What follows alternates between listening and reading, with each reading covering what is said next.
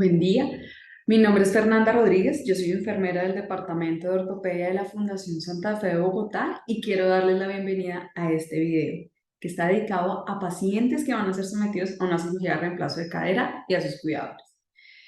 Este video está diseñado en base a las preguntas que los pacientes durante muchos años me han hecho cuando se va a someter a esta cirugía. La idea o la forma más sencilla que encontré para poder explicarles el día de hoy este contexto quirúrgico es dividiéndolo en fases. Entonces, la primera fase de esta charla está dedicada a explicarles las enfermedades o las situaciones que conllevan a un paciente a que requiera un reemplazo de cadera. ¿Cómo es un reemplazo de cadera? ¿Cuál es la preparación que esperamos que un paciente tenga en su entorno de vivienda antes de la cirugía? ¿Cómo va a ser el proceso hospitalario? Y finalmente, qué esperamos que pase en casa para el proceso de recuperación.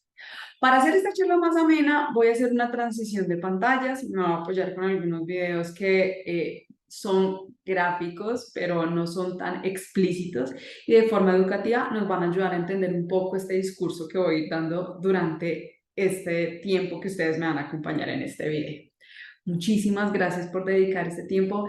Este proceso educativo es valioso porque va a permitir que tanto nosotros estemos vinculados a su proceso de cuidado, como ustedes se conecten con nosotros para entender por qué nosotros llevamos a cabo paso a paso el contexto de cuidado después de un reemplazo de cadera. Ahora voy a compartir mi pantalla para poder hacer o dar paso a esta presentación. Y voy a arrancar por contarles por qué un paciente toma la decisión de hacerse un reemplazo de cadera. La primera instancia es que los pacientes que son candidatos a un reemplazo de cadera arrancan con un dolor articular de un día para otro, que usualmente se asocia a una mala fuerza, porque hice una actividad o un ejercicio que tal vez me está produciendo el dolor o simplemente porque ya llegó la vejez. Este dolor arranca de un día para otro y lo que nosotros hacemos no es ir inmediatamente al médico, como la mayoría de nosotros lo que hace es automedicarse.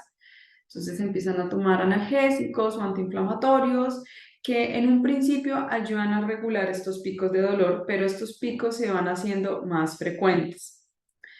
Lo que va sucediendo es que el analgésico durante algún tiempo puede que ayude a mejorar este dolor, pero mientras transcurre el tiempo se va a presentar la deformidad articular, que aunque en algunos casos no es evidente, el dolor sí la hace evidente. A medida que pasa el tiempo, además del dolor, empieza a generarse una disminución de la movilidad de la articulación. Ya el paciente no tiene la libertad de movimiento ni tampoco la resistencia que tenía antes frente a una actividad y empiezan a progresar y a empeorar los síntomas de dolor. Cuando esto pasa, los pacientes asisten a la consulta con su ortopedista.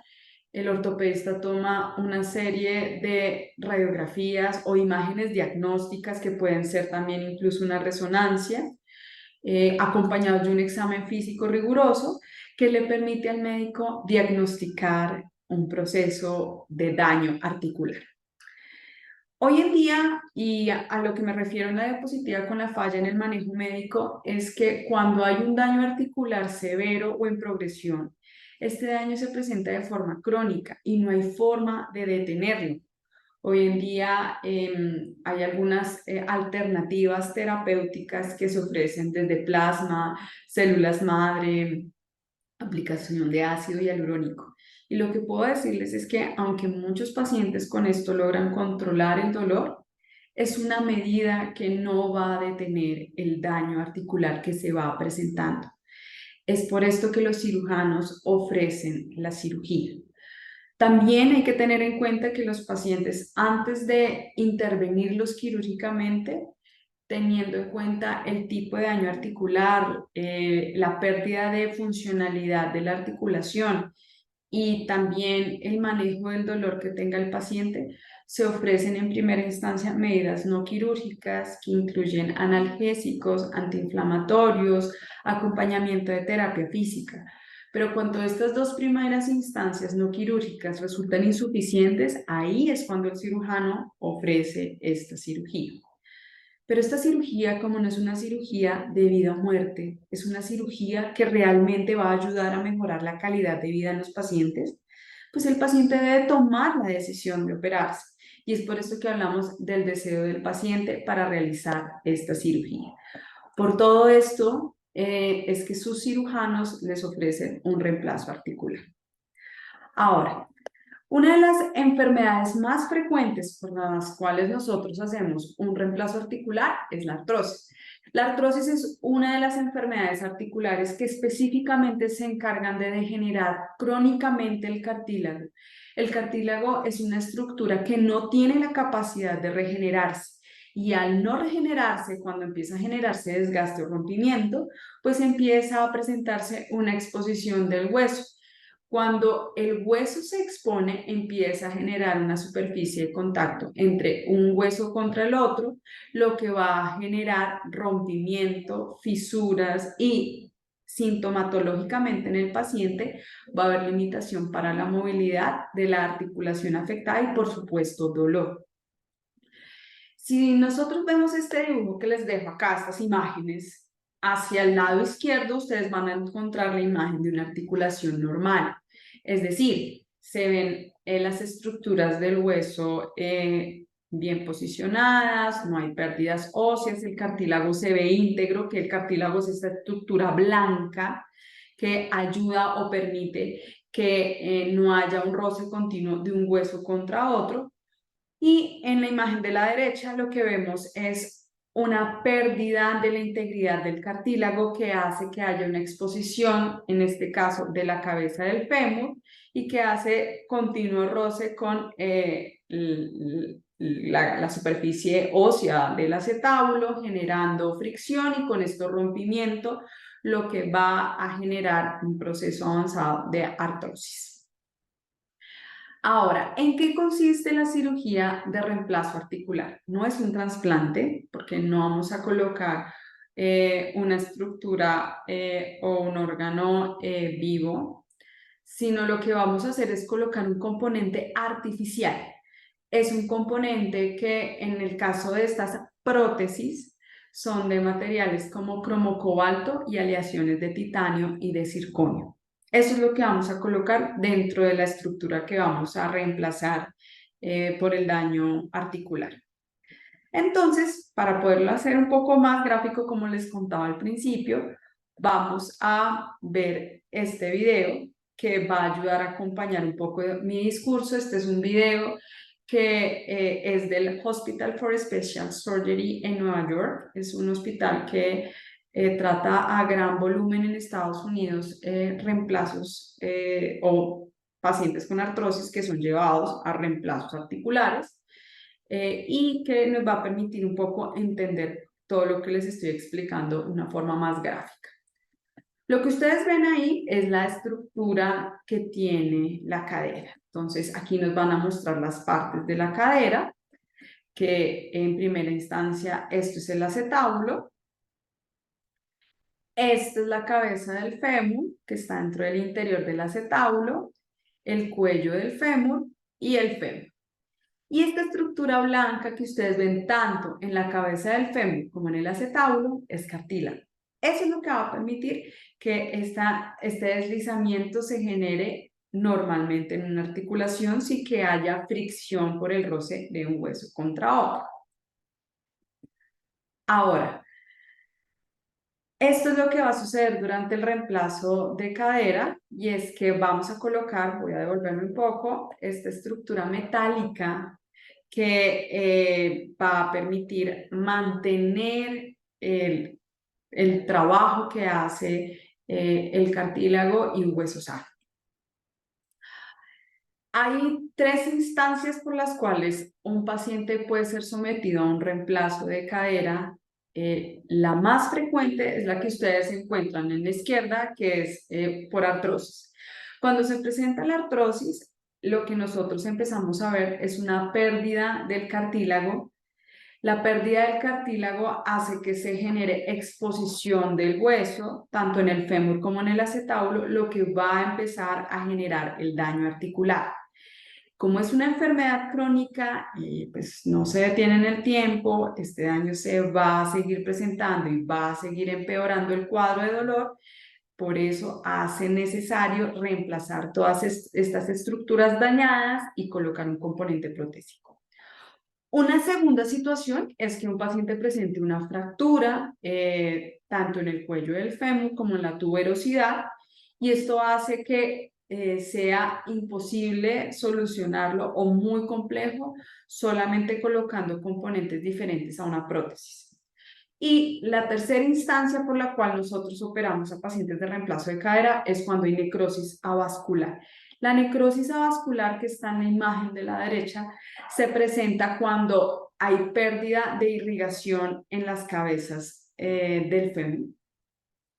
Y cuando esto se presenta, pues empieza a morir el hueso por falta de irrigación de sangre, lo que hace que se requiera realizar esta cirugía. Cuando se presenta una necrosis avascular, es frecuente en pacientes que han sido sometidos por tratamientos con corticoides durante mucho tiempo, o como los pacientes que tienen una enfermedad oncológica o cáncer, o pacientes con enfermedades autoinmunes o de origen reumatológico que requieren tratamientos de larga data con altas dosis de corticoides.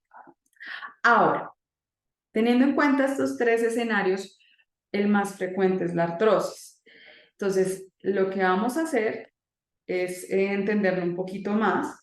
Lo que ustedes ven es qué pasa digamos, en la primera imagen que vieron hace un rato, una cadera sana versus un paciente con artrosis. Un paciente con artrosis empieza, al perder la estructura del cartílago, empieza a generar mayor superficie de contacto entre un hueso contra otro, en este caso la cabeza del fémur con el acetábulo.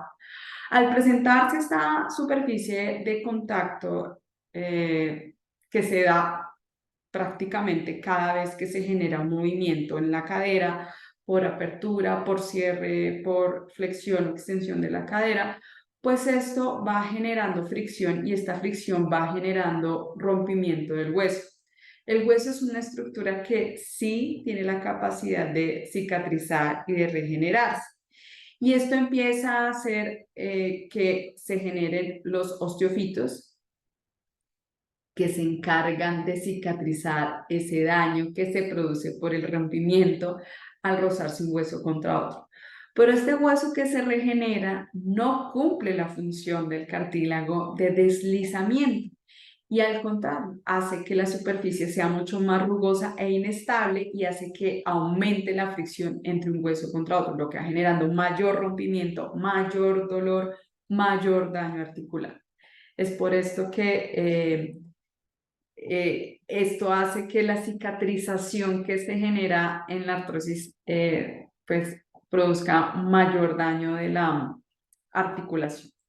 Aquí lo que ustedes ven es que el video explica cuáles son las opciones de anestesia que se hacen, en este caso, en este hospital para esta cirugía.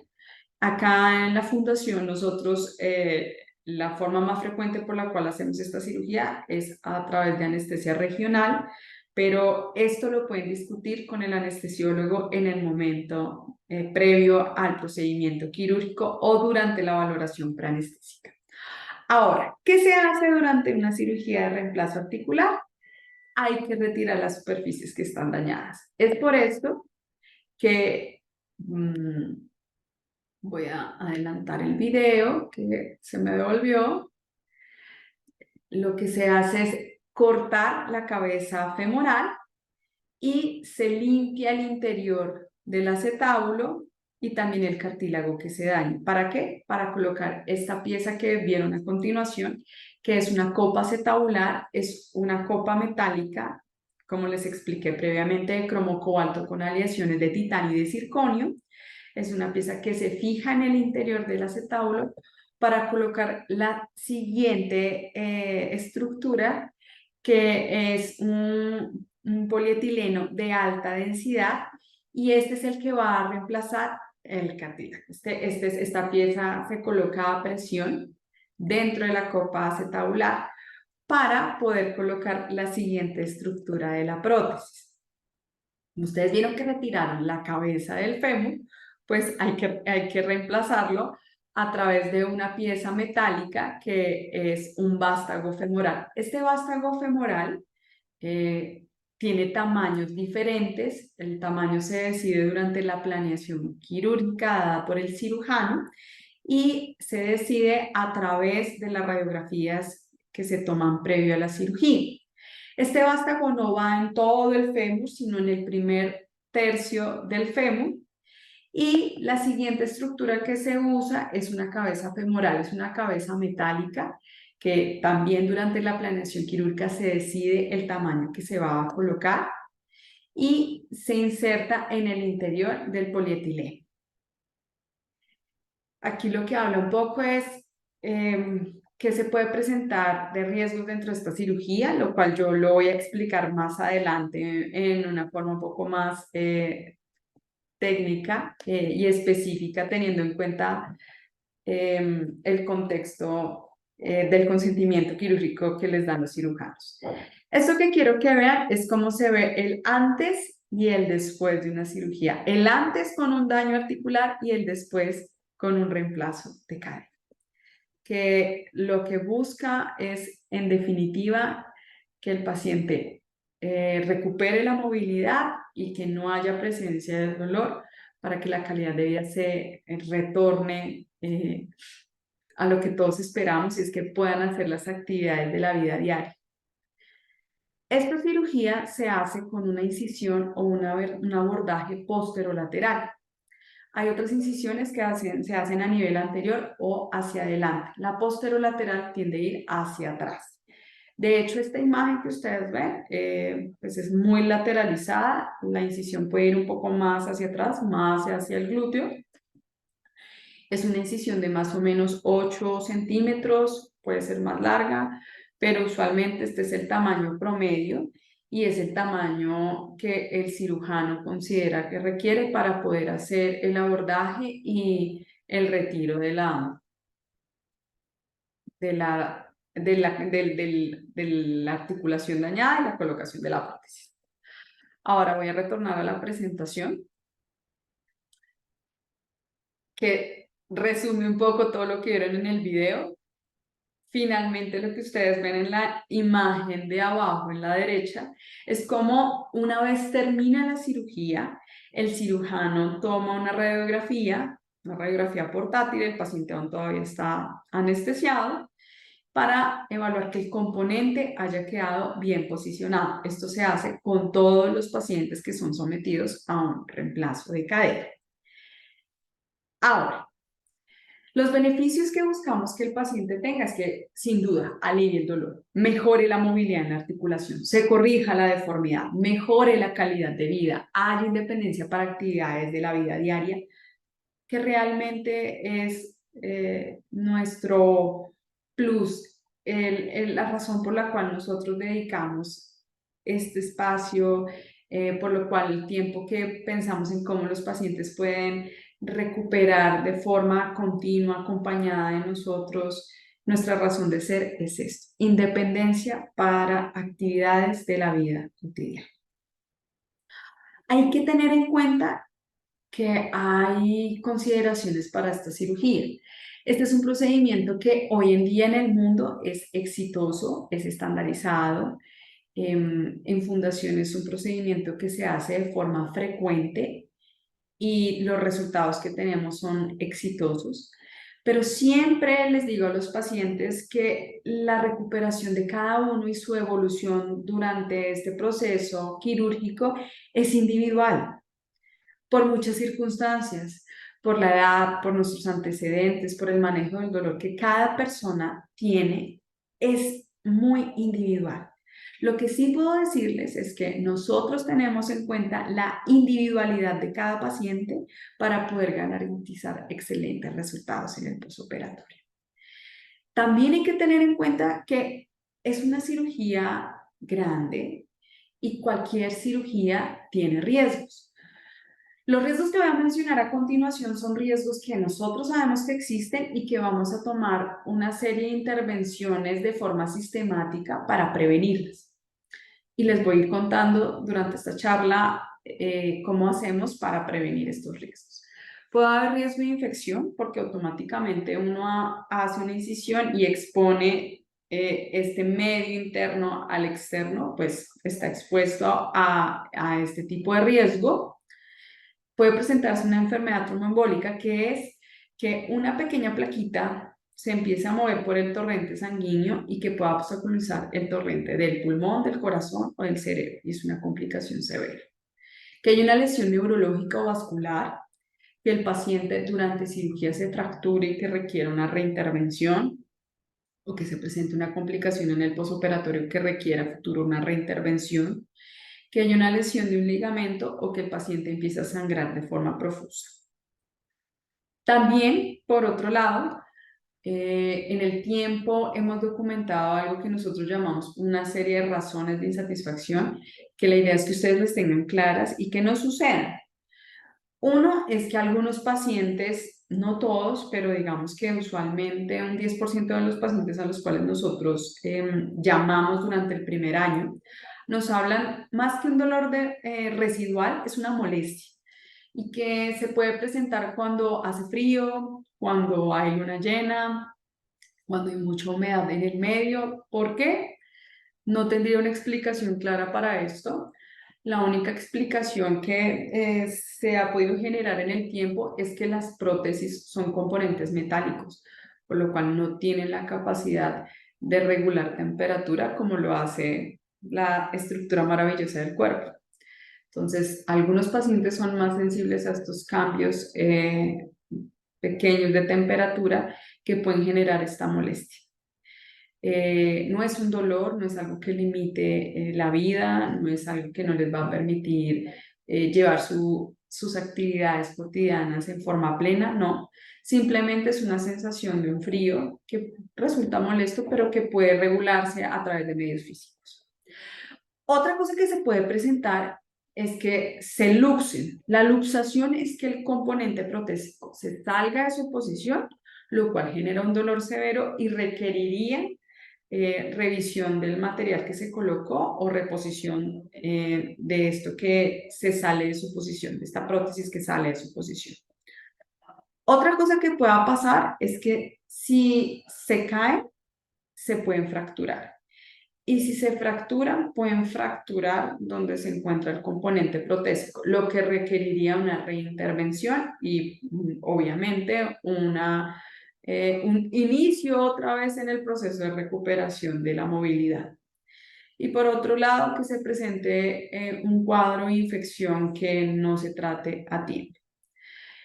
Todo esto que les estoy contando, les voy a ir explicando cómo vamos a irlo previniendo para que no pase y para que realmente el resultado sea exitoso. Una cosa que también les han preguntado a los cirujanos, sin duda, es cuánto me va a durar la prótesis. Estas prótesis, para poder saber cuánto duran, están documentadas en registros mundiales de larga data, en la cual evalúa el comportamiento de determinadas prótesis. Hay muchas marcas, hay muchos componentes y afortunadamente los componentes que se usan acá son componentes que está documentado cuál es el comportamiento que tienen. Pero usualmente los estudios hablan y estos registros que la durabilidad puede ser entre 15 a 20 años en un 70% de los pacientes y un porcentaje un poco menor, incluso hasta 30 años. ¿De qué depende la durabilidad? Del desgaste. El desgaste no me refiero a que se libere metal por todo el cuerpo, no, sino a que con el paso del tiempo, la densidad del hueso en la cual se colocó el componente, pues se va desgastando, se va agotando. ¿Por qué? Por el envejecimiento. No es la misma densidad ósea de un paciente de 20, 30, 40 al cual le colocamos la prótesis, no va a tener la misma densidad ósea a los 60, 70. ¿Por qué? Porque el proceso de envejecimiento hace que esta densidad ósea, y pues obviamente el comportamiento y la actividad de esta persona y sus hábitos pueden hacer que esto se presente en forma más rápida o en forma más lenta.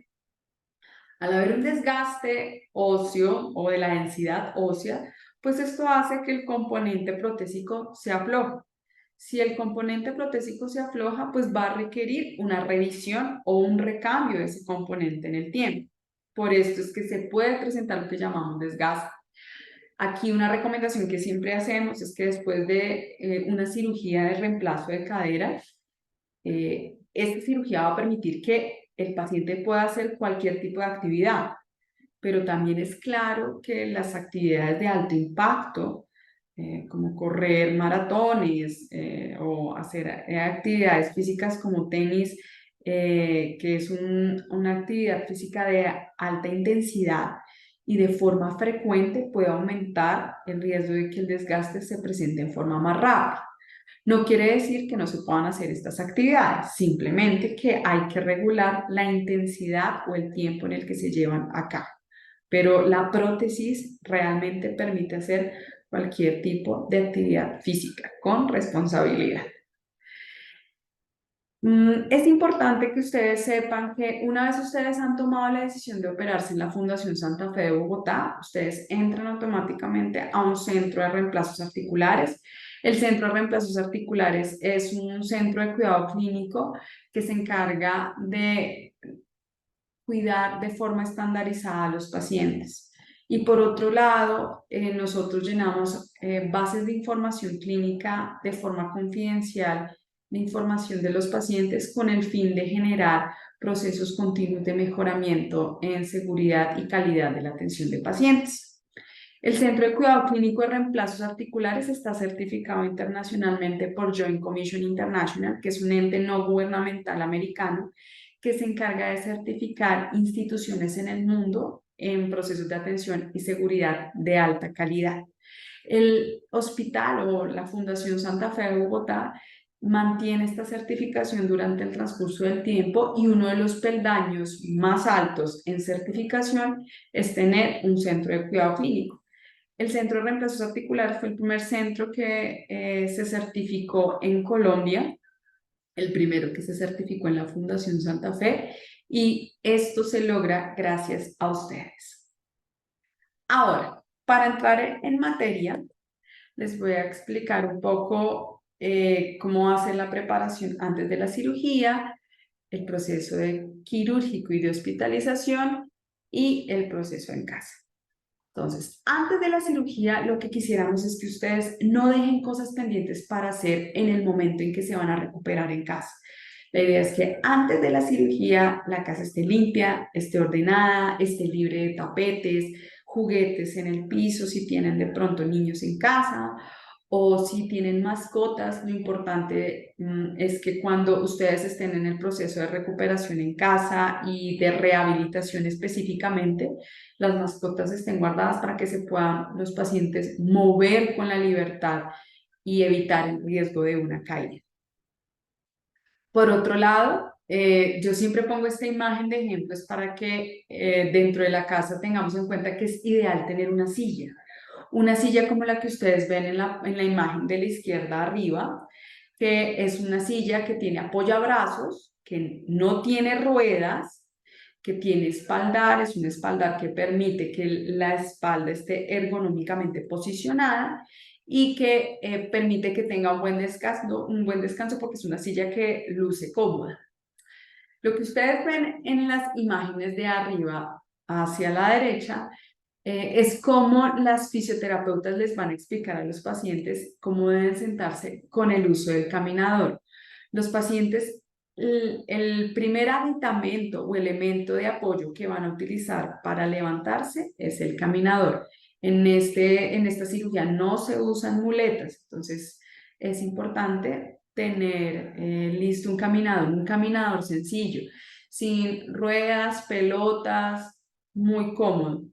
Si ustedes ven en la parte de abajo, ustedes dirán, ok, Fernanda dice que sin ruedas, pero esto tiene ruedas el de abajo. Hay algunos que permiten que se puedan frenar estas ruedas para que el paciente pueda apoyarse. Lo ideal es que no tengan ruedas, pero si de pronto ustedes tienen un familiar que se los regaló o se los prestó y tiene ruedas, bueno, pues lo podemos utilizar siempre y cuando garanticemos que estén frenadas. Este tipo de movimiento lo vamos a aprender cuando estén en el hospital. Lo vamos a practicar todo el tiempo para garantizar que los pacientes se sientan muy seguros y muy cómodos para hacerlo, porque este movimiento es el movimiento estrella. Todo el tiempo lo van a hacer y es importante que lo practiquen durante el hospital. ¿Qué requerimos que haya en la casa? En la ducha. La ducha, lo primero es que no nos sirven las tinas para bañarnos. O sea, si el baño tiene tina, pues la tina no es la opción para bañarse. El baño tiene que ser una ducha. Entonces, a veces me preguntan que el baño tiene una división entre la ducha y el baño. Esta división no debe ser más alta de 25 centímetros. ¿Por qué? Porque entre más alta va a resultar más difícil para el paciente pasar a la ducha. Si el piso es un piso de baldosa que no tiene esta rugosidad para evitar una caída, lo ideal es colocar un tapete antideslizante o hay unos adhesivos que se consiguen en muchos sitios en donde venden elementos para el hogar que se pueden adherir al piso. Son adhesivos que tienen una superficie rugosa y va a permitir que evitemos el riesgo de que el paciente se caiga. También recomendamos que se usen soportes en el interior de la ducha para que el paciente se pueda sostener durante el baño. Y la otra recomendación que hago, si el espacio lo permite, es que puedan usar una silla RIMAX para que el paciente durante el baño pueda estar sentado. Hay algunos pacientes que toleran bañarse de pie, pero si el paciente todavía en el momento en que esté en casa no se siente listo para hacerlo, lo ideal es usar una silla RIMAX para el proceso del baño. En la cama, la habitación, lo ideal es que la cama no sea una cama tan bajita. La cama puede ser alta, pero no puede ser tan bajita. ¿Qué significa una cama bajita?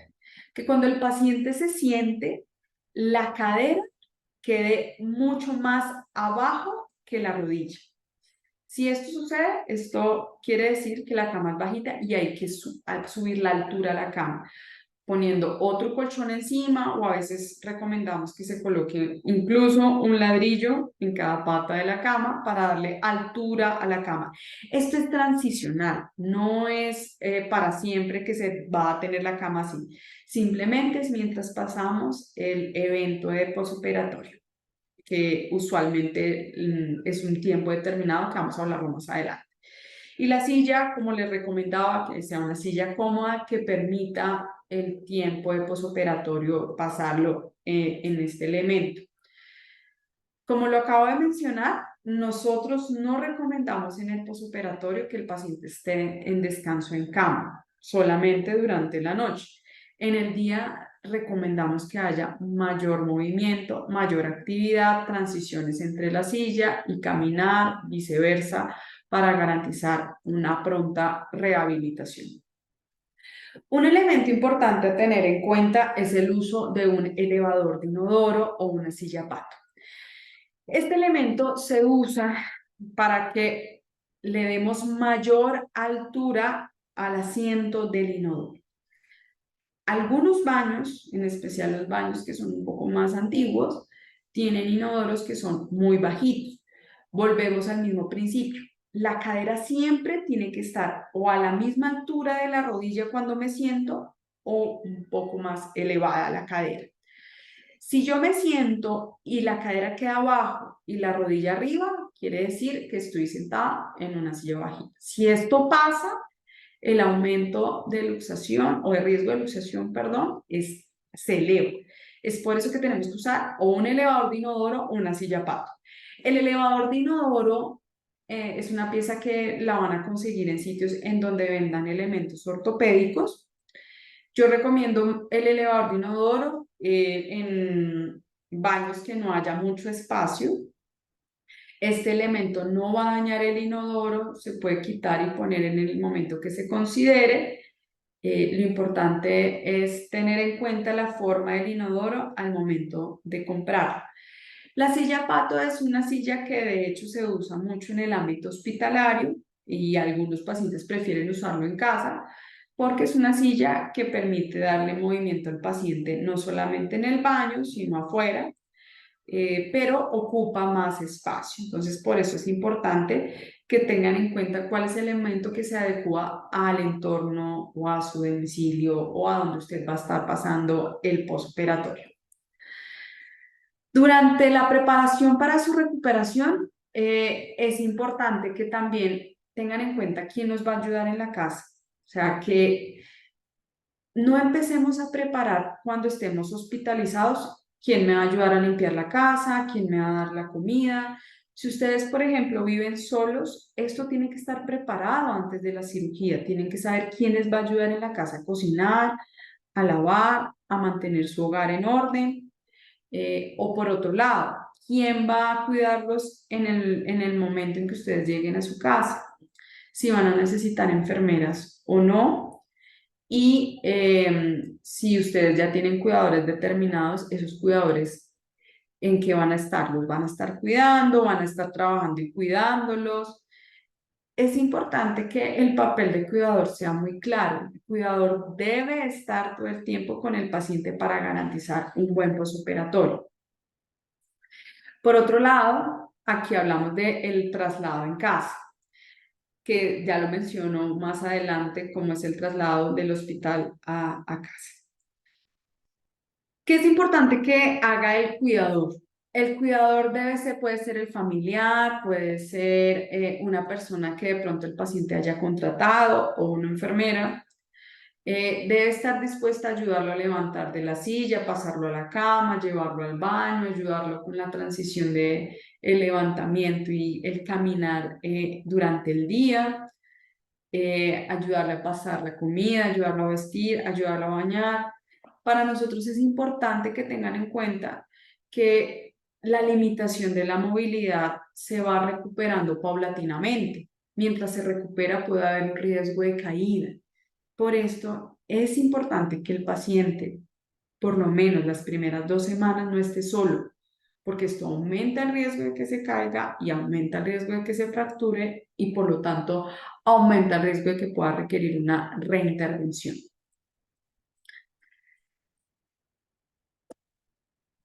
Por otro lado, antes de la cirugía hay que tener una valoración con anestesia.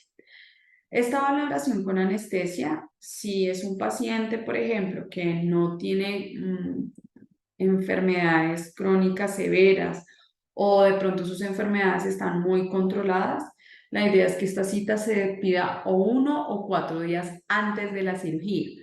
Ahora, si hay enfermedades crónicas, como una enfermedad coronaria, una diabetes mellitus con requerimientos de insulina, enfermedades autoinmunes o enfermedades hematológicas o trastornos de la coagulación, es importante que la cita de anestesia se pida con mayor antelación por si se requieren exámenes complementarios a los que el cirujano manda inicialmente para valoración con anestesia. Una recomendación que por otro lado yo les hago es que hagan una lista de el nombre del medicamento y la dosis que toman y la frecuencia con la que se la toman. Es decir, si toman los sartán de 50 miligramos una vez al día, es importante que tanto el cirujano como el anestesiólogo sepan qué están tomando en este momento para que ellos puedan decidir antes de la cirugía qué se debe continuar tomando y qué se debe suspender para programarlo para la cirugía. Los pacientes de cirugía de cadera requiere que se realicen una reserva de glóbulos rojos. Esta orden puede ser entregada por el cirujano o puede ser entregada por el anestesiólogo. Esta reserva se debe hacer 1 o 2 días antes de la cirugía. No se puede hacer el mismo día de la cirugía y no se debe hacer con más de 2 días de anticipación. ¿Por qué? Porque estas órdenes o estas reservas tienen vencimiento. Entonces, el vencimiento se produce después de las 48 horas. Esta reserva se toma en el laboratorio clínico de la Fundación Santa Fe y lo único que se requiere es que el paciente asista para que se le tome una muestra de sangre y el laboratorio se encarga de cruzar estas pruebas específicas para determinar cuál es la compatibilidad de la sangre del paciente con la que se reserve para la cirugía. Estos pacientes de cirugía de cadera tienen un riesgo, como lo mencioné hace un rato, de que puedan sangrar. El equipo quirúrgico hace una serie de procesos durante la transición quirúrgica para evitar que se presenten sangrados, pero este riesgo está presente, por lo tanto es mejor tener una reserva de sangre que si se llega a requerir en cirugía se pueda obtener de forma rápida. Es por esto que se solicita esta reserva de glóbulos rojos o reserva de sangre.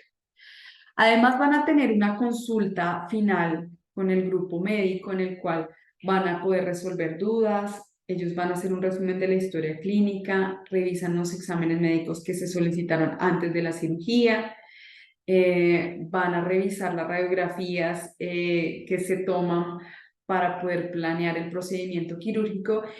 Y algo muy importante es que van a firmar el consentimiento informado. El consentimiento informado es un documento médico legal que garantiza que ustedes autorizan al cirujano para hacer el procedimiento quirúrgico y que conocen los riesgos de esta cirugía para poder realizar el procedimiento. Es importante que lo firmen, es importante que no esté tachado, es importante que lo firmen, ojalá en compañía de un testigo o un representante que puede ser alguno de sus familiares o sus acompañantes. Ahora, este es un folleto que les vamos a hacer llegar por correo junto con este video que va a explicarles gráficamente y a detalle el paso a paso de lo que hemos hablado en este video. Ahora, antes de la cirugía, cualquiera de estas cirugías requiere un ayuno mínimo de 8 horas. Es decir, si ustedes los van a operar entre 7 de la mañana a 10 de la mañana, su última comida idealmente debe haber sido a las 10 de la noche del día anterior. La comida anterior, la última comida, debe ser una comida ligera, es decir, una aromática con unas galletas o un caldo con unas galletas. No puede ser una comida grande, no puede ser una comida que requiera alta digestión y que este procesamiento digestivo se demore más de 8 horas, como sucede con comidas grandes y pesadas. Si ustedes consumen alimentos durante este tiempo de 8 horas, pues esto puede hacer que se rompa el ayuno y por lo tanto se cancele el procedimiento quirúrgico. También que es importante que tengan en cuenta, a veces pasa que ustedes no le dan prioridad a este ayuno y este ayuno en definitiva sí hace que se pueda, al no cumplirse, se puede cancelar una cirugía. Ahora, ¿qué van a empacar en la maleta? En la maleta deben empacar. Las mujeres recomendamos pijamas en bata. No más de 2 pijamas en bata. Ya después si quieren usar pantalón lo pueden usar, pero los primeros 2 días recomendamos pijamas en bata. Si van a usar pijamas en pantalón, tienen que ser pantalones holgados, de telas elásticas, en algodón, que permitan transpirar a la piel, que permitan que si el tejido se inflama, pues la tela también se expanda.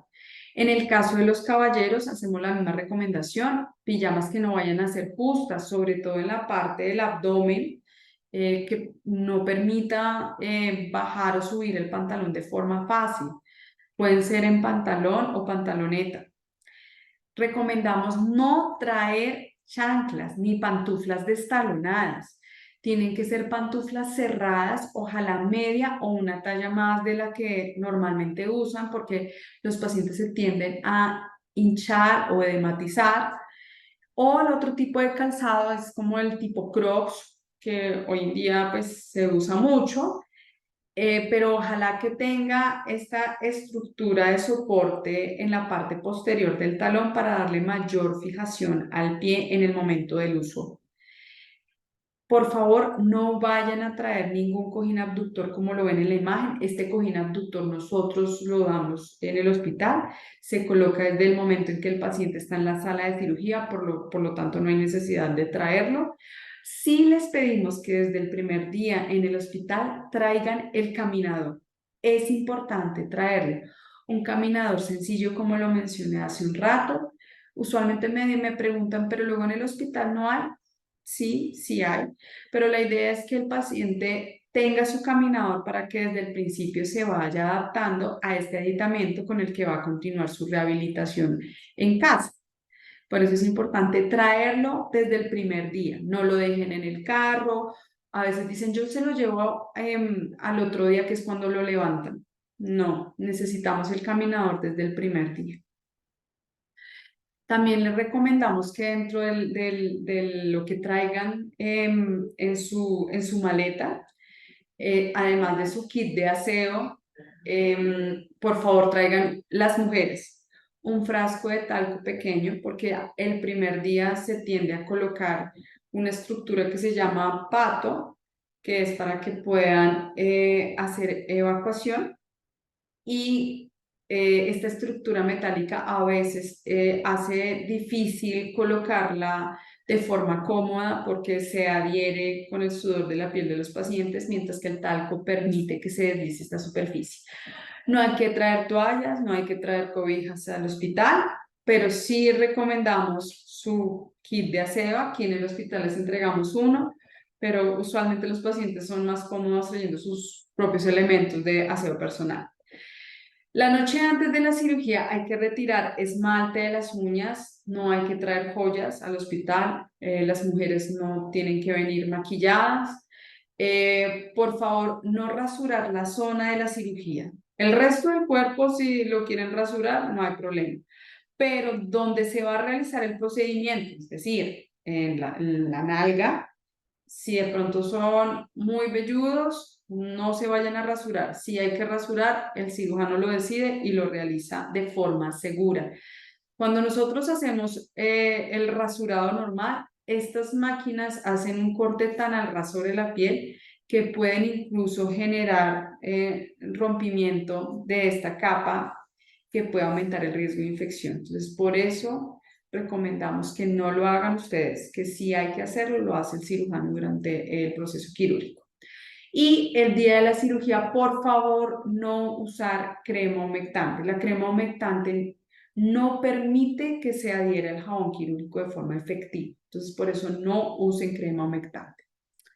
Ahora, ¿cuál es el proceso del día de la cirugía y la hospitalización? Entonces, el día de la cirugía solamente se van a tomar los medicamentos que el anestesiólogo o el ortopedista hayan autorizado con un poquitito de agua, no un vaso, un poquitito de agua. Solo lo que le hayan autorizado. Que si mi cirugía es a las 7 de la mañana y me levanto a las 5, ¿pasa algo? Es lo único que estaría autorizado para tomar en el evento previo a su cirugía. Deben llegar al área principal de fundación, que es admisiones en el tercer piso, y desde admisiones se van a trasladar al quirófano. Cuando ustedes van a entrar a salas de cirugía, hay un área de alistamiento. En esta área de alistamiento va a estar enfermería, en donde le van a hacer una serie de preguntas relacionadas al ayuno, a la toma de medicamentos, a cómo se está sintiendo previo a la cirugía, cómo está el manejo del dolor, si tiene alguna lesión en la piel. La idea es que ustedes, por favor, sean muy claros con el personal de enfermería en brindar esta información. En esta área les van a entregar un gorro, unas polainas para los pies, una bata, un tapabocas y una bolsa para que puedan incluir en esta bolsa la ropa que trajeron de la calle para la cirugía. Yo siempre hago otra recomendación, y es que piensen que la ropa con la que ustedes vienen el día de la cirugía les pueda servir para el día en que les damos salida, y eso también evita que traigamos tanto equipaje al hospital. Una vez están ya sin ropa, esto incluye no ropa interior, También hay que tener en cuenta que si ustedes tienen prótesis dentales o tienen audífonos, es importante que se retiren estas piezas que se van a devolver al paciente luego de la cirugía, pero durante el procedimiento quirúrgico hay que retirarlo. Bueno, también recomiendo que si hay algún paciente que usa algún elemento metálico que incluya piercings o algún tipo de estructura que de pronto a veces pasa que hay pacientes que durante mucho tiempo llevan usando piezas metálicas, sea anillos o manillas, se deben retirar antes de entrar a cirugía. Una vez están ya con la indumentaria para entrar a cirugía, se van a acostar en una camilla para entrarlos a sala de cirugía. Estas son las salas de cirugía, son elementos en los que todos tenemos que usar una indumentaria específica para esta área. En la sala de cirugía, cuando ustedes van a entrar, se van a encontrar con el anestesiólogo, que puede que sea el que le haya hecho la valoración preanestésica o puede que no. El anestesiólogo les va a volver a hacer ciertas preguntas que ya les habían hecho durante la valoración preanestésica con el fin de confirmar la información. Por favor, no se asusten si les preguntan muchas veces cuál es la cirugía que les van a hacer. Siempre confirmamos continuamente esto y estos son momentos de seguridad durante el procedimiento quirúrgico. Y yo les había contado que había un riesgo de infección. Y es por esto que dentro de los 30 a 60 minutos antes de la cirugía se coloca una dosis de antibiótico por una venita que se canaliza antes de la cirugía.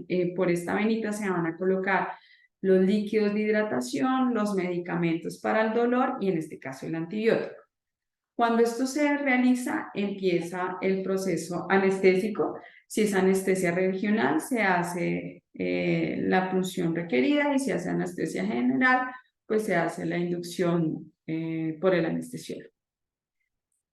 Estas son las salas de cirugía, pues se hace toda la preparación tanto de los materiales que se van a usar como de las personas que van a acompañar este procedimiento quirúrgico. Esta cirugía, entre el momento de la incisión al cierre, pueden pasar entre 90 minutos a 2 horas. Pero esto no significa que este es el tiempo único que va a estar el paciente en la sala de cirugía, para que por favor los cuidadores lo tengan en cuenta. Yo les había contado que había un riesgo también de enfermedad tromboembólica o de formación de trombos. Y es por esto que los cirujanos, antes de la incisión o de la cirugía, les van a colocar a los pacientes unas medias antiembólicas o de compresión y les van a colocar un sistema de compresión intermitente para disminuir este riesgo de formación de trombos. Cuando termina la cirugía, les van a colocar un cojín abductor para la cadera, que es el que les mostré hace un rato en estos elementos en que yo les decía que no hay necesidad de traerlo porque nosotros lo colocamos a los pacientes. Este es digamos que todo el evento quirúrgico, acompañamos al paciente antes de la cirugía, ustedes van a poder ver al cirujano antes del proceso quirúrgico. Usualmente este procedimiento está acompañado de todo el personal que se requiere para realizarlo, para el apoyo a esta cirugía, para garantizar que tengamos todos los procesos de seguridad, de calidad y de eficiencia en el momento de la cirugía. Y cuando termina el procedimiento, ustedes van a salir de la sala hacia recuperación y van a encontrar que tienen pues medias antiembólicas, el sistema de compresión que ya les explico más adelante qué consiste, pero es este forro azul que ven en la pierna de este paciente, un cojín abductor y una herida con un abordaje posterolateral.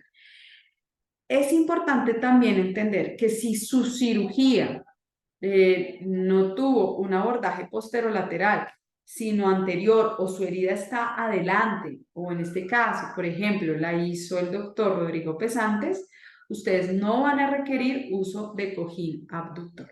Hay que tener en cuenta esto. Cuando termina la cirugía, el paciente pasa a recuperación. La sala de recuperación tiene un ambiente que implica que hay acompañamiento de otros pacientes que están saliendo o de esta misma cirugía o de otros procedimientos quirúrgicos, lo cual hace que pueda ser una zona en la que hay mucho ruido, ruidos también de todas estas máquinas o indumentaria que se usa para el control o monitoreo de los pacientes. El paciente va a estar en la sala de recuperación más o menos 2 o 3 horas de acuerdo al criterio que da el anestesiólogo antes del traslado a la habitación. Se van a monitorizar signos vitales, van a estar acompañados del personal de enfermería de recuperación, quienes van a estar pendientes de ayudarles a controlar el dolor, los posibles efectos que se puedan producir durante la anestesia. En esta área es importante también tener en cuenta que los pacientes no pueden estar acompañados de los familiares porque esta es una zona limpia. Recomendación a los familiares o a los acompañantes de los pacientes, por favor, estén en la sala de bienvenida que se encuentra a las afueras de las salas de cirugía. Es una zona cómoda que permite que también incluso si requieren trabajar o conectarse vía web en distintas actividades cotidianas, lo puedan realizar. Por favor, no se retiren de esta zona porque los cirujanos, una vez terminan el procedimiento, salen a dar el informe de cómo le fue al paciente en cirugía. Y es importante que esta información la conozca en primera línea el acompañante. Van a encontrar una pantalla que les va a estar informando en qué proceso quirúrgico, en qué momento quirúrgico está el paciente en determinada sala. Ahora, estas son las salas de recuperación. Son salas cómodas en las que permiten que tenga un muy buen acompañamiento del personal clínico y que por otro lado es la primera instancia en donde vamos a empezar a manejar el dolor del posoperatorio del reemplazo articular. Una cosa que quiero que tengan en cuenta es que la meta analgésica en este evento agudo es que el dolor esté controlado. Es muy difícil quitarles el dolor. ¿Por qué? Porque como es un dolor agudo de un evento quirúrgico, esto se va a ir regulando en el tiempo, pero en primera instancia es muy difícil que el paciente no tenga dolor. Entonces, la promesa es que el dolor debe estar controlado para que el paciente pueda hacer la terapia física, la terapia respiratoria, la movilización que se requiera para las actividades cotidianas. Es importante que el paciente sepa cómo le van a preguntar que evalúe el dolor. Siempre les van a preguntar cuánto tiene de dolor de 0 a 10, siendo 10 el peor dolor que usted ha tenido. Tengan en cuenta esta valoración, que una cosa es cuando ustedes están acostados o sin generar movimiento y otra cosa es cuando hay un levantamiento. Por eso es importante que identifiquen en qué momentos les genera el dolor, qué actividad hace que regule el dolor. Otra forma de evaluar el dolor es a nivel cualitativo, teniendo en cuenta que yo puedo decir que estoy ausente de dolor o tengo un dolor insoportable. Algunos pacientes, y esto es determinado por el equipo médico, se les va a colocar un instrumento, un aditamento, un elemento que se llama PCA o analgesia controlada por el paciente.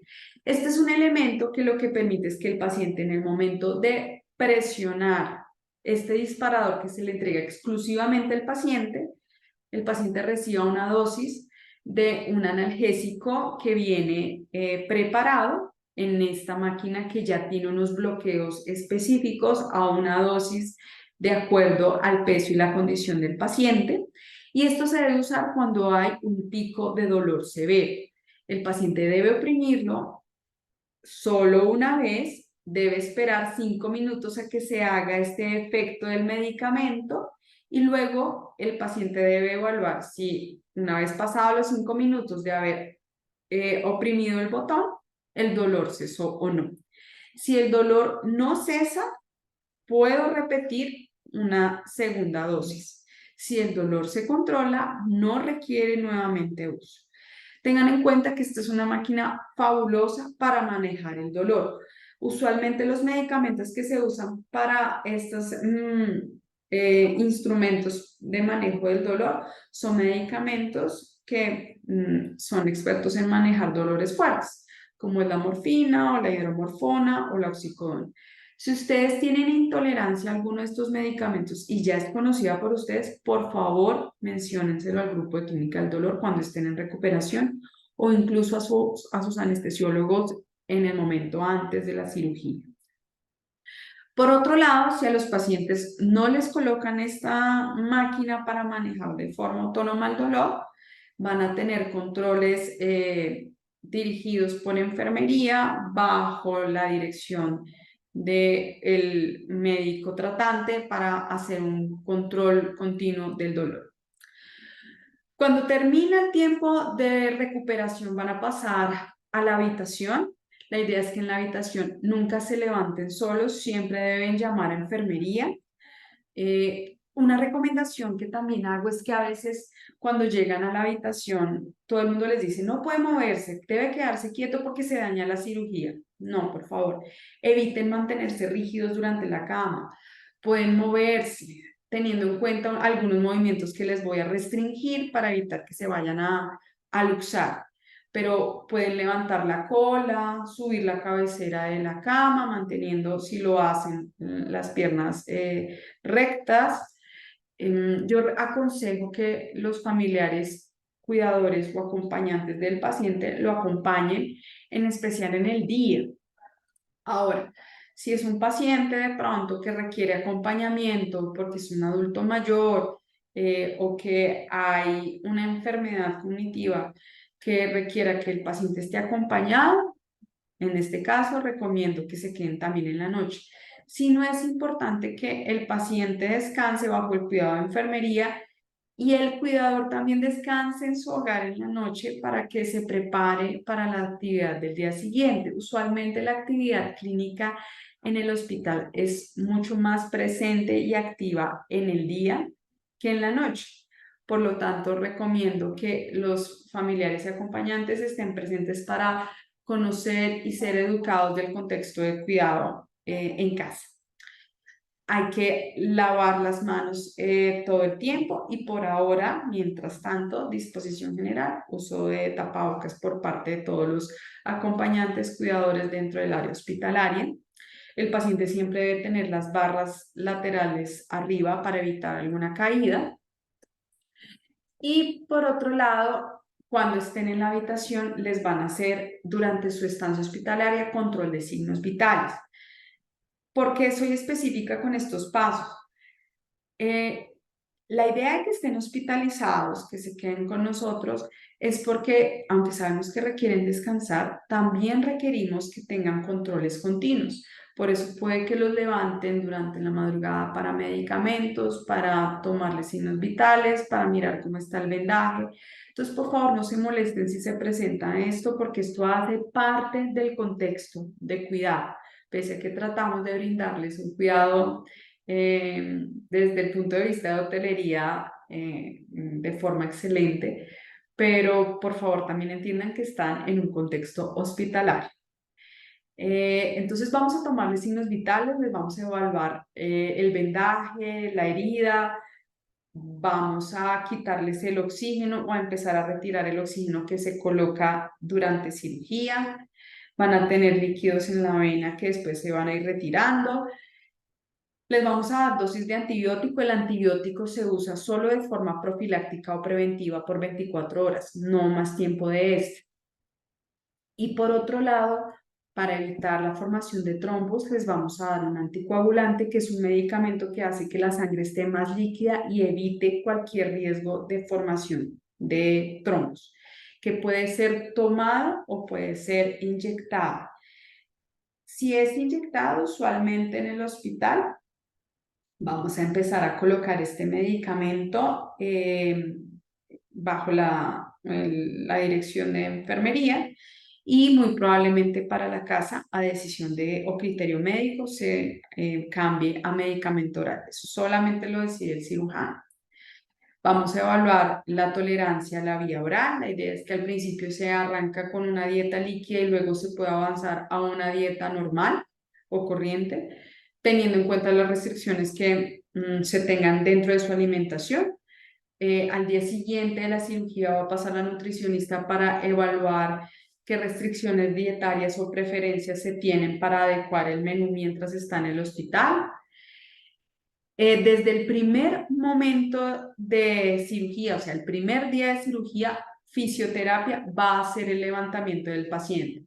Enfermería también puede hacer el levantamiento sin ningún problema. Y tanto las enfermeras como las fisioterapeutas los van a ayudar en las transiciones de la cama a la silla o de la cama al baño. Y enfermería va a estar a cargo de su cuidado personal. Esta terapia es muy importante adelantarla desde el primer día para darles mayor seguridad, mayor confianza con el uso del camino dado, para mejorar la percepción de dolor frente a la movilización. ¿Esto qué quiere decir? Que es necesario moverse para entender cuáles son los movimientos que me generan mayor dolor y cómo voy a controlar este dolor frente a la actividad física que debo realizar para garantizar la rehabilitación requerida en este posoperatorio. Pero siempre van a estar acompañados de, en este caso, el personal de rehabilitación física. Es importante la rehabilitación física porque es la que va a permitir la recuperación de la movilidad y de la fuerza. Hay que seguir las instrucciones que les den las fisioterapeutas y el personal de enfermería para evitar complicaciones. Y es importante realizar la terapia física para avanzar en estos procesos de independencia que son el pilar de este procedimiento quirúrgico. El éxito de esta recuperación depende en un porcentaje muy importante de la actitud de los pacientes.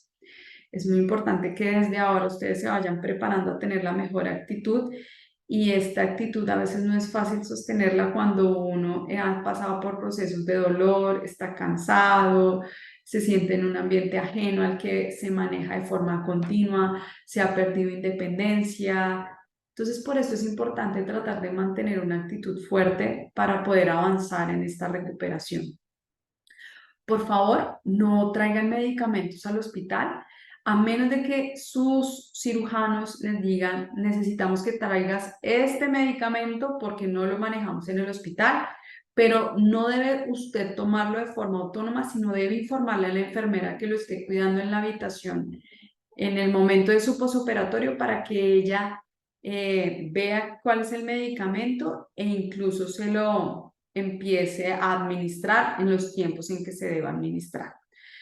Van a tener la visita de un químico farmacéutico, el cual se va a encargar de hacerles algunas preguntas de seguridad y también de educación para manejar los medicamentos, tanto de forma crónica como los que se van a manejar para el dolor y la anticoagulación que se debe tener. Ahora, durante el proceso del posoperatorio hay que prevenir que hayan problemas de circulación o enfermedades tromboembólicas. Por esto es importante que desde ahora lo sepan. El anticoagulante que les iniciamos desde el primer día de la cirugía hay que continuarlo por 35 días a partir del día de la cirugía. Este medicamento es importante tener una alarma en el celular, en un reloj, que nos ayude a recordar la toma del medicamento. Si durante la estancia en casa se olvida algún día la toma del anticoagulante, esto disminuye la efectividad del tratamiento y aumenta el riesgo de formación de trombos. Y recuerden que este es un riesgo importante en estos procedimientos quirúrgicos ortopédicos. Las dosis que nosotros les vamos a administrar, les vamos al final de la estancia hospitalaria a contar a qué hora les estamos dando el medicamento para que lo puedan continuar en casa. Lo otro es que yo les mencionaba que lo ideal es no mantenerse inquietos. Entonces, cuando ustedes estén en la cama, hay que hacer este movimiento que ven en la imagen, que es un movimiento de dorsiflexión en los pies. Este movimiento ayuda a mejorar el bombeo de sangre y a disminuir el riesgo de desacondicionamiento físico. Al igual que el anticoagulante que mencioné hace un ratito, las medias antiembólicas o de compresión hay que usarlas por 35 días, día y noche, solamente se deben retirar para el momento del baño. Es importante tener en estos 35 días un segundo par de medias, nosotros les vamos a colocar uno, pero es importante tener un segundo par para tener un intercambio de este aditamento durante el proceso hospitalario. Recomendación: no lo compren este segundo par antes de la cirugía, sino que cuando estén en el proceso hospitalario, nosotros les podemos educar cuál es la media y en dónde la pueden conseguir para que esta media cumpla con las condiciones de prevención de eventos tromboembólicos y sean cómodas para los pacientes. Lo otro que van a usar durante la estancia hospitalaria es este aditamento, es un compresor vascular intermitente. Este aditamento se coloca bajo unas mangueras que están conectadas a una máquina que va a hacer una compresión o un masaje que va a permitir estimular el bombeo de flujo venoso, garantizando que el paciente tenga un elemento adicional para mejorar la circulación en este proceso quirúrgico. Solo se va a usar esto en el hospital. ¿Qué va a reemplazar esto en este aditamento en la casa? Caminar. Es muy importante que lo tengan en cuenta. Ahora, ¿qué cosas no van a hacer? No se van a bañar solos, asisten con su familiar, siempre debe estar enfermería acompañándolos y les voy a mostrar qué movimientos hay que evitar para que no se presente una luxación de la cadera. Entonces, el primer movimiento que recomiendo que no se haga es que no se puede dormir de lado, no se pueden cruzar las piernas, no se pueden juntar las rodillas o meter el pie hacia adentro o subir una pierna sobre la otra o sentarse en sillas bajitas por los primeros 35 días del posoperatorio. El número mágico en esta cirugía son 35 días.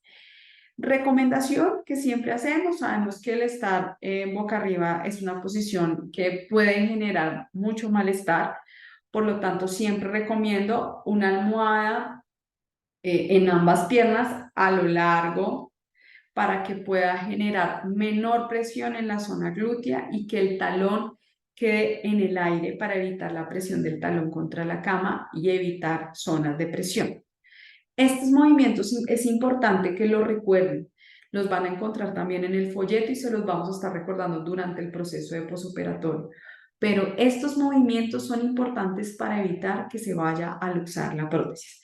Los pacientes que se van a operar con el doctor Rodrigo Pesantes, que les van a hacer una cirugía con un abordaje anterior, no tienen estas restricciones de movimiento.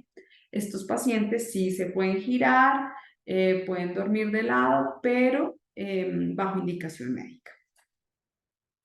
Ahora, les vamos a dar este aparato, es un incentivo respiratorio que les va a ayudar a mejorar el patrón respiratorio. Esto se los entregamos en el hospital y se lo deben llevar a su casa para continuar haciendo este ejercicio de estimulación pulmonar para evitar que el pulmón también se desacondicione por estar tanto tiempo en reposo. El proceso de salida lo van a preparar sus médicos tratantes. Las salidas se pueden dar a cualquier hora del día en el hospital, pese a que nosotros desde muy temprano avisamos las salidas, pero pues este proceso puede darse en el transcurso del día. La estancia es una estancia corta. La idea es que los pacientes siempre nos dicen, yo quiero que me dejen lo que más se pueda en el hospital.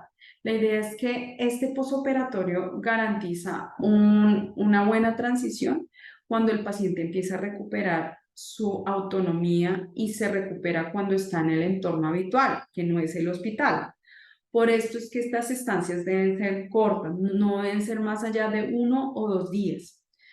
La idea es que en ese tiempo nosotros vamos ya al paciente moverlo en caminador, les vamos a explicar, además de lo que ya les he contado, las limitaciones de movimiento, cómo las vamos a manejar. La independencia van a ir recuperando en actividades básicas como la higiene personal.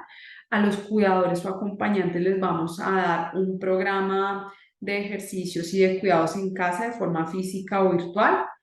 Este programa no va a reemplazar el requerimiento de terapia física domiciliaria que se requiere durante la recuperación. Para la salida, es importante tener en cuenta que en el reemplazo de cadera los pacientes se trasladan en ambulancia. La ambulancia es importante que para la salida hay un acompañante que siempre debe acompañar al paciente en el interior de la ambulancia. En la ambulancia se puede, digamos, meter el equipaje o el caminador que se trajo para el hospital. Una cosa que les pedimos, por favor, desde este momento, es que ustedes verifiquen con sus convenios si la ambulancia básica que se va a solicitar del hospital para el traslado a su casa lo tiene incluido el plan o ustedes deben asumir este costo. Es importante que lo tengan en cuenta porque hay convenios que cubren este traslado y hay convenios que no lo cubren. En el momento en que se hace el cierre de la historia clínica por parte del cirujano, se hace algo que se llama el cierre de la cuenta.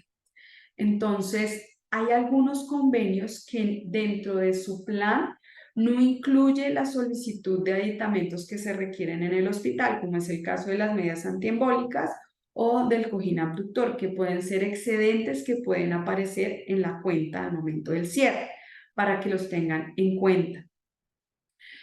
Cuando nosotros les vamos a dar salida, les vamos a entregar una fórmula con los medicamentos que se requieren continuar, tanto analgésico como anticoagulante en casa.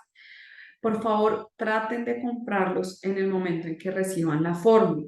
Estos los pueden conseguir de forma segura en la farmacia ambulatoria de la Fundación Santa Fe, que queda en el segundo piso del hospital.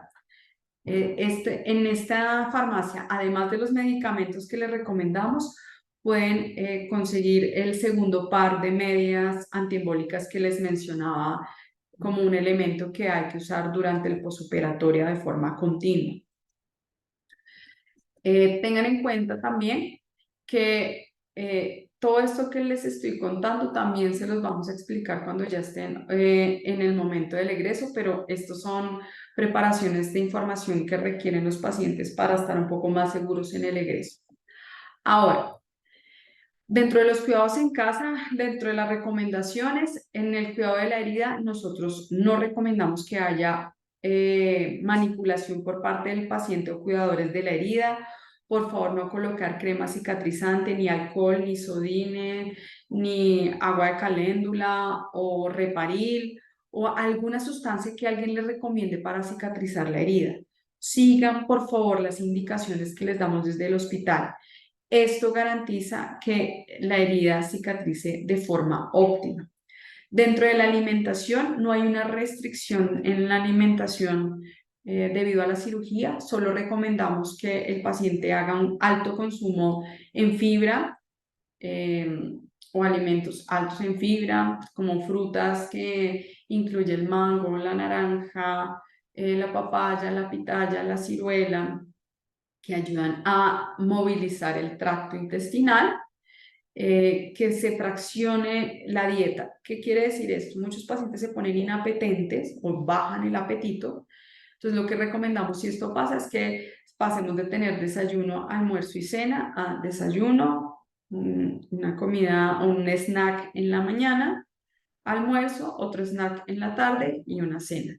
En cada comida principal, el consumo de proteína es muy importante para garantizar la cicatrización. Alimentos verdes y alimentos rojos. Verdes como las ensaladas o las verduras. Rojos como la mora, la fresa, el agraz, los arándanos, obviamente la carne y sus derivados, porque estos dos grupos de alimentos ayudan a que los pacientes que presentan anemia del posoperatorio, que realmente son todos los pacientes quirúrgicos, pues recuperen la hemoglobina por la pérdida de sangre que se presenta en cirugía. Para manejar el dolor, les vamos a dejar unos medicamentos orales que por favor sigan la recomendación de la fórmula que les dejamos o la indicación que nosotros les damos al momento de entregar la fórmula. Van a continuar como profilaxis antitrombótica con la toma del anticoagulante y el uso de las medias antiembólicas por 35 días. Recuerden que el caminar, el moverse va a disminuir dramáticamente la formación de enfermedad tromboembólica.